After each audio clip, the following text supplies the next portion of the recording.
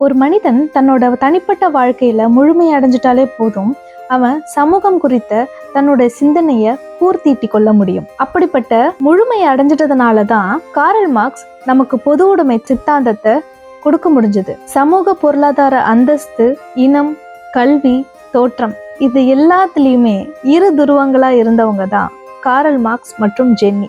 இவங்களுக்கு இடையில காதல் மலர்ந்தது. பிறப்பாலேயே பிரபுக்கள் குடும்பத்துல பிறந்த ஜென்னி மிகுந்த செல்வந்தராக இருந்திருக்கிறார். ஜென்னி மிகுந்த கல்வி அறிவும் சிறந்த நற்குணங்களும் நிரம்பிய ஒரு பேரழகி. அதனாலேயே மற்ற பிரபுக்கள்லாம் நீ நானு போட்டி போட்டுட்டு அவங்கள மணக்க ஆசைப்பட்டிருக்காங்க. ஆனா இவங்க எல்லாரையும் புறந்தள்ளிட்டு தன்னோட பக்கத்து வீட்டுல வசிச்சு வந்த நடுத்தர வர்க்கத்தை சேர்ந்த சிறுவயது தோழனான காரல் மார்க்ஸை தன்னோட துணையா அவங்க தேர்ந்தெடுக்கிறாங்க.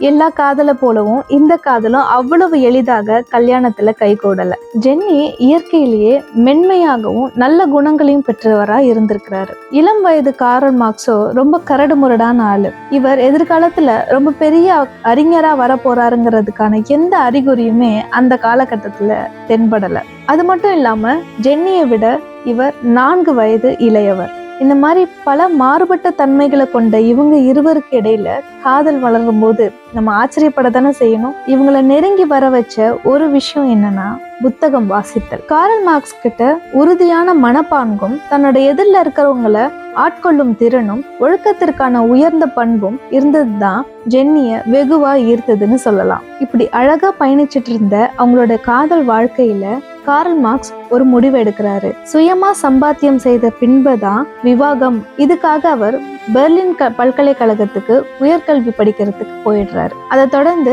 அவர் வேலைக்கு சேரணும். திரும்ப வந்து ஜென்னிய கூட்டிட்டு போக முடியும். அது வரைக்கும் ஜென்னி என்ன செய்யணும்? காத்திருப்பு. காதல்ல முக்கியமான ஒரு வேலை காத்திருப்பு. ஜென்னியும் அதை தான் செஞ்சாங்க. 1 மாசம், 1 வருஷம் அப்படிலாம் இல்ல, முழுசா 7 வருஷங்கள். இதுல இருந்து ஜென்னி மகா பொறுமைசாலிங்கிறது நமக்கு தெரியுது. இந்த பிரிஞ்சிருந்த காலகட்டத்துல ஜென்னியும் காரல் மார்க்ஸும் இருவருமே கடிதங்கள் மூலமா தங்களோட அன்புகளை பரிமாறிக்கிட்டு இருந்தாங்க. காதல் கடிதங்களோட வரிகளை நம்ம படிச்சு பார்க்கும்போது ஆழமான அன்பு இருக்குங்கிறத நம்மளால ஈஸியா புரிஞ்சுக்க முடியும். வேலைக்கடுத்து நாடு திரும்பிய அவர் ஜென்னிட்ட ஒரு நிபந்தனையோட திருமணம் செய்துக்கிறார். நம்மளுடைய கல்யாணம் ஆடம்பரமா இல்லாம ஒரு சின்ன தேவாலயத்துல சில நண்பர்கள் முன்னிலையிலேயே கையொப்பமிட்டு நம்ம ரெஜிஸ்டர் பண்ணிக்கலான்னு. நீ கிடைச்சா மட்டுமே போதும் அப்படின்னு இருந்த இந்த காதல்ல ஜென்னி எந்த எதிர்பார்ப்புமே இல்லாம தன்னுடைய காதலனை கணவனா கரம் பிடிக்கிறாங்க. இப்படி எளிமையா நடந்தேறிய இவங்களுடைய கல்யாணத்துக்கு பிறகான குடும்ப வாழ்க்கையும் அப்படியே. காதல்ல எந்த குறைவும் இல்லை. அதே மாதிரி வறுமையும் அவர்களுக்கு குறைவில்லாம இருந்தது. பொருளாதார கொள்கைகளிலே நிபுணத்துவம் பெற்று தொழிலாளர் மேன்மைக்காக பொது உடைமை சித்தாந்தத்தை வகுத்தளித்த காரல் மார்க்ஸ் தன்னுடைய சொந்த குடும்பத்தோட நிதி மேலாண்மையில அவ்வளவு சிறந்தவரா அவர் இருக்கல. அதன் காரணமாகவே வறுமையை தவிர்க்க முடியல. போதா குறைக்கு ஐரோப்பாவில் அப்போ மன்னராட்சி. இவருடைய கருத்துக்கள் எல்லாமே மன்னராட்சிக்கு எதிராகவே ஒழித்ததுனால அவர் ஒரு இடத்துல நிலையா இருக்க முடியாம நாடு விட்டு நாடு அலைக்கழிச்சுக்கிட்டே இருந்தாங்க. ஒரு கட்டத்துல இவர் பிறந்த பிரஷ்யாவிலேயே இவருக்கு குடியுரிமை ரத்து செய்யப்பட்டு சொந்த நாட்டிலேயே அகதிங்கிற நிலைமைக்கு தள்ளப்பட்டார்.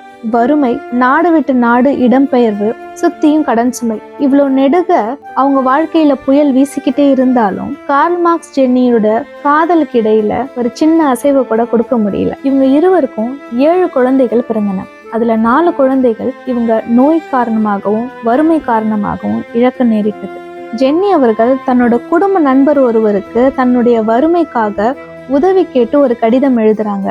அந்த கடிதத்துல தனக்கு பிறந்த 4வது குழந்தையினுடைய நிலையை பற்றியும் விவரிச்சிருக்காங்க.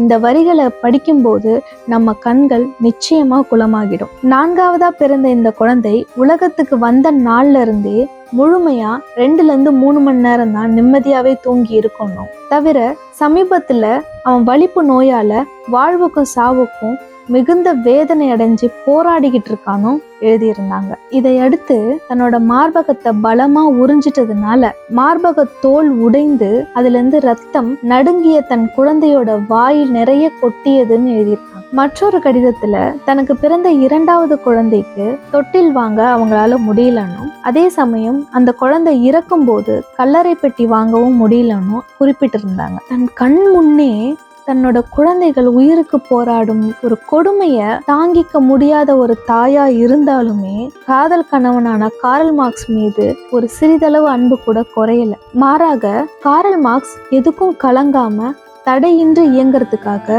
ஜென்னி அவர்கள் உறுதுணையா இருந்திருக்கிறாங்க.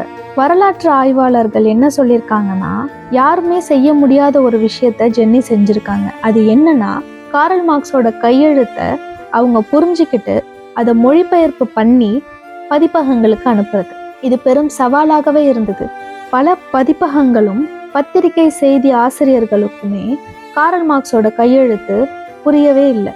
இத அவங்க படிச்சு புரிஞ்சு தன்னோட கையெழுத்துல அவங்க எழுதி தெளிவா அதுக்கப்புறம் தான் பதிப்பகத்துக்கே அனுப்புவாங்களாம். ஜென்னி அரசியல் சிந்தனையாளரும் எழுத்தாளரும் கூட. இவர் தன்னோட கணவர் காரல் மார்க்ஸுடன் அரசியல்வாதிகளோடையும் தத்துவ அறிஞர்களுடனும் ஆக்கப்பூர்வமான விவாதங்கள்ல முக்கிய பங்கு வகிப்பார். தன்னோட கணவரோட கரங்களை இன்னும் வலுப்படுத்துறதுக்காக ஜென்னி அவர்கள் செய்த தியாகங்கள் பல. அவர் நினைச்சிருந்தாங்கன்னா தன்னோட ஆடம்பர செல்வ வாழ்க்கைய அவங்க தொடர்ந்து இருக்கலாம். மாறா உழைக்கும் வர்க்கத்தோட முன்னேற்றத்துக்கு போராடுறது தான் இவங்களுடைய வாழ்க்கையே அர்ப்பணிச்சிருக்காங்க.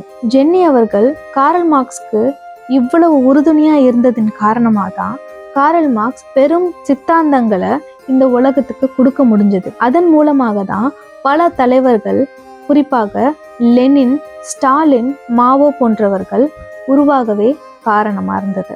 இன்னைக்கும் உலகம் முழுவதும் தலைவர்களும் சிந்தனையாளர்களும் பொதுமக்களும் தொழிலாளர்களும் இப்படி பல தரப்பினரும் காரல் மார்க்ஸை வசீகரித்து கொண்டேதான் இருக்கிறார்கள். ஒருவேளை ஜென்னிய காரல் மார்க்ஸ் கரம் பிடிக்காமல் இருந்திருந்தால் அவரும் எல்லார போலவே ஒரு சாதாரண மனிதனாகவே வாழ்ந்து மடிந்திருப்பார். இதெல்லாம் நடக்காமலே போயிருக்கலாம். அந்த அளவுக்கு காரல் மார்க்ஸோட சிந்தனையிலையும் அவரோட உணர்விலையும் இரண்டர கலந்தவங்க தான் ஜென்னி. காரல் மார்க்ஸ் ஜென்னியோட திருமண வாழ்க்கை 38 ஆண்டுகள் தொடர்ந்தது. மார்க்ஸ்க்காக பல துன்பங்களையும் துயரங்களையும் ஏற்றுக்கொண்ட ஜென்னி அவங்க இறக்கிறதுக்கு 1 வருஷத்துக்கு முன்னாடி தான் தொற்று நோயால பாதிக்கப்பட்டு படுத்த படுக்கையாயிடுறாங்க. ஒரு அறையில காரல் மார்க்ஸும் இன்னொரு அறையில ஜென்னியும் தனித்தனியா பிரிஞ்சிருக்காங்க.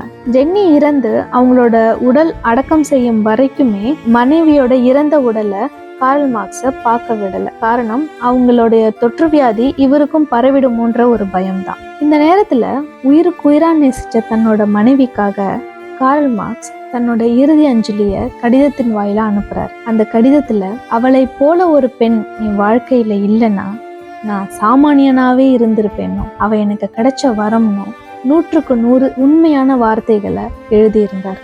ஜென்னி இறந்த 2 ஆண்டுகளுக்கு அப்புறம் கார்ல் மார்க்ஸும் இறந்துடுறார். வடக்கு லண்டன்ல இருக்கிற ஒரு சிமெட்ரியில இவங்க 2 பேருடைய உடலும் பக்கத்துல புதைக்கப்படுது. இவருடைய கல்லறை மேல இவருடைய உருவ படமும் செதுக்கப்பட்டிருக்கு. அவருடைய பெயர் பொன் எழுத்துக்கள்ல பொறிக்கப்பட்டிருக்கு. இவங்க இருவருமே பொது உடைமை சித்தாந்தத்தின் சின்னம் மட்டுமல்ல, சிறந்த காதலுக்கான சின்னமுமாக இருக்கிறார்கள்.